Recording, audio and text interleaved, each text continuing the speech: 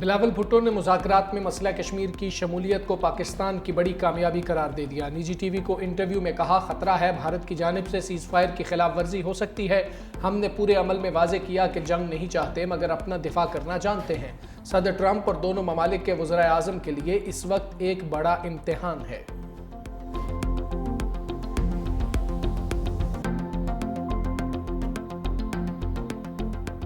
سندھ حکومت اور Peoples party کا آپریشن بنیاد مرصوص کی کامیابی پر بڑا جشن۔ کراچی یوم تشکر اور یوم فتح کی شاندار تقریب۔ وزیر اعلیٰ مراد علی شاہ، تینوں مسلح افواج کے نمائندوں، رینجرز اور پولیس کے اعلیٰ حکام شریک۔ وزیر اعلیٰ سندھ مراد علی شاہ اور رہنما پیپلز پارٹی فریال تالپور نے مارکہ حق کے اور آپریشن بنیاد مرصوص کے دوران الیکٹرانک اور سوشل میڈیا پر بھارتی بیانیوں کا منہ توڑ جواب دینے والی شخصیات کو ایوارڈ سے بھی نوازا۔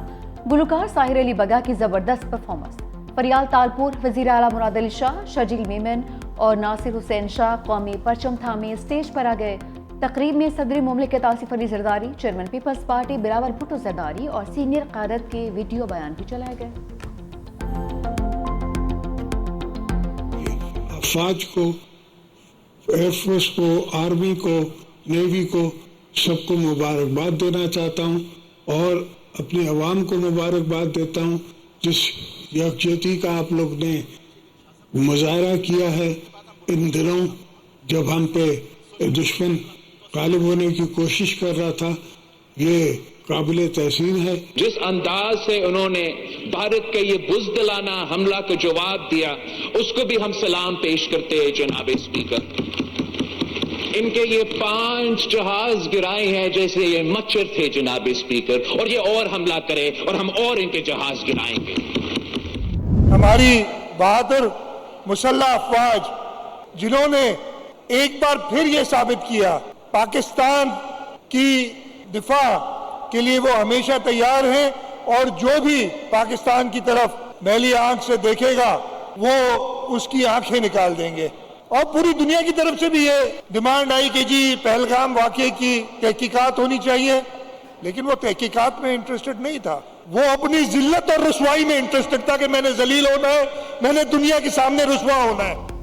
پاکستانی ایئر فورس نے بھارت کا غرور خاک میں ملا دیا۔ پاک فوج نے واضح کر دیا، میلی آنکھ سے دیکھنے والوں کی آنکھیں نکال دی جائیں گی۔ وزیر اعلیٰ سندھ مراد علی شاہ کا یوم فتح کی تقریب سے خطاب، کہا پہلگام واقعہ ایک سوچی سمجھی سازش تھی۔ بلاول بھٹو زرداری نے سندھ طاس معاہدے پر واضح پیغام دیا، پوری دنیا پر بھارت کا جھوٹ اور پروپیگنڈا آشکار ہو چکا۔ پاک فوج نے دشمن کی ہر سازش کو خاک میں ملا دیا۔ آپریشن بنیاد مرصوص کی شاندار کامیابی پر جتنا بھی فخر کیا جائے کم ہے۔ شہداء کے لواحقین کے لیے 1-1 کروڑ، زخمیوں کے لیے 10-10 لاکھ روپے امداد کا اعلان۔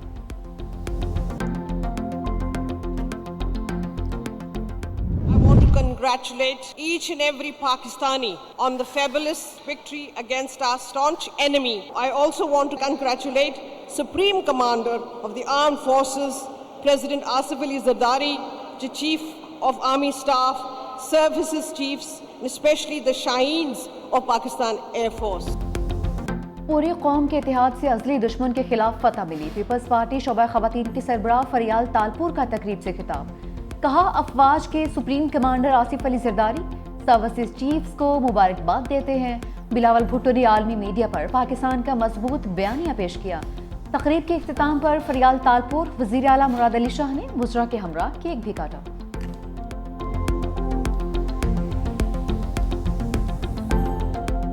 ہمارے ایئر فورس کے شاہینوں نے جس جذبے کے ساتھ، جس ہمت کے ساتھ بھارت کو دھول چٹائی، بھارت کو تاریخی اور عبرتناک شکست دی، ہم سلام پیش کرتے ہیں تمام ان شاہینوں کو جنہوں نے دن رات جاگ کر جس طریقے سے ہر محاذ پہ بھارت کو عبرتناک شکست دی ہے کہ یہ دنیا کی تاریخ میں اس وقت لکھا جا رہا ہے۔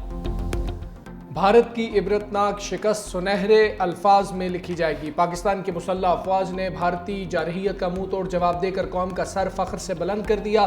سینئر وزیر سندھ شرجیل میمن کا یوم فتح کی تقریب سے دھواں دار خطاب، کہا بھارت کے خلاف پوری قوم نے جنگ لڑی۔ بلاول بھٹو نے پاکستان کا مقدمہ پوری دنیا میں لڑا، بھارت جا کر کشمیر کا مسئلہ اٹھایا۔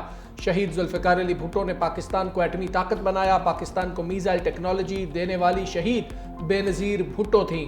بھارت کا ایشین ٹائگر بننے کا خواب چکنا چور کر دیا، خطے میں اگر کوئی ایشین ٹائگر ہے تو وہ پاکستان ہے۔ صوبائی وزیر ناصر حسین شاہ نے کہا، بھارت کے خلاف عظیم فتح پر اپنی بہادر افواج کو خراج تحسین پیش کرتے ہیں۔ بہادر افواج کا شکریہ جو ملک کے دفاع کے لیے سیسا پلائی دیوار کی طرح دشمن کے سامنے ڈٹ گئی۔ شہیدوں اور زخمیوں کی فیملیز ہمارے لیے قابل احترام ہیں۔ شکریہ ان والدین کا جنہوں نے بیٹے قربان کیے مگر شکوہ نہ کیا۔ شکریہ اس قوم کا جو مشکل کی اس گھڑی میں عزم اور ہمت کا پہاڑ بن کر کھڑی رہی۔ جن رافیل طیاروں پر گھمنڈ تھا مودی کو، ہماری افواج نے، ہماری فضائیہ نے پہلے ہی دن 3 رافیل گھرائے اور اسی طرح اور بھی ان کو نقصان پہنچایا۔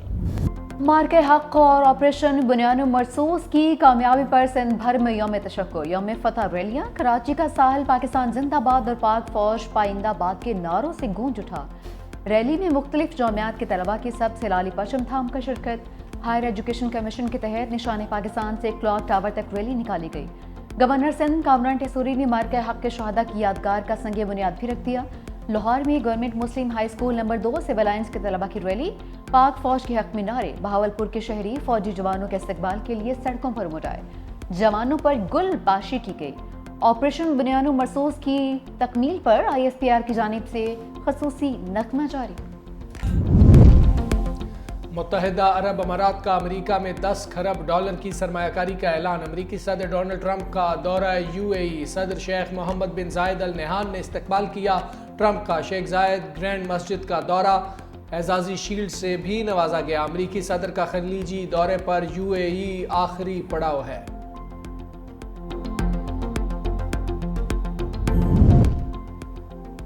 پاکستان کے خلاف جارحیت کے بعد چین کی جانب سے بھی بھارت کو بڑا دھچکا۔ چین نے بھارت کے زیر تسلط اروناچل پردیش کو زنگنان کا نام دے دیا۔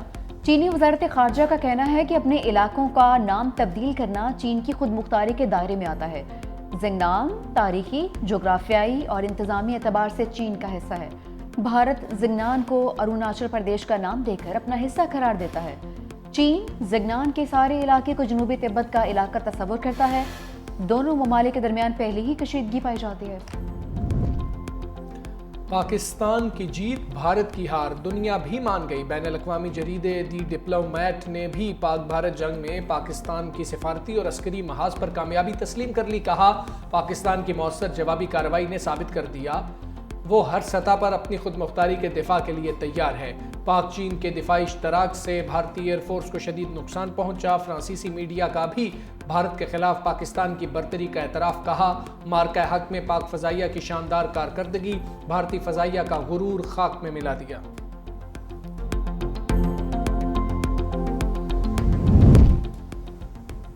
سابق بھارتی فوجی کا پہلگام فالس فلیگ آپریشن پر دھماکہ خیز انکشاف۔ کہا کہ پہلگام میں بھی تعینات رہا۔ پہلگام میں آرمی، CRPF اور BSF کی 3 چیک پوسٹیں ہوتی تھیں۔ فوجی بھی تلاشی کے بغیر داخل نہیں ہو سکتے تھے۔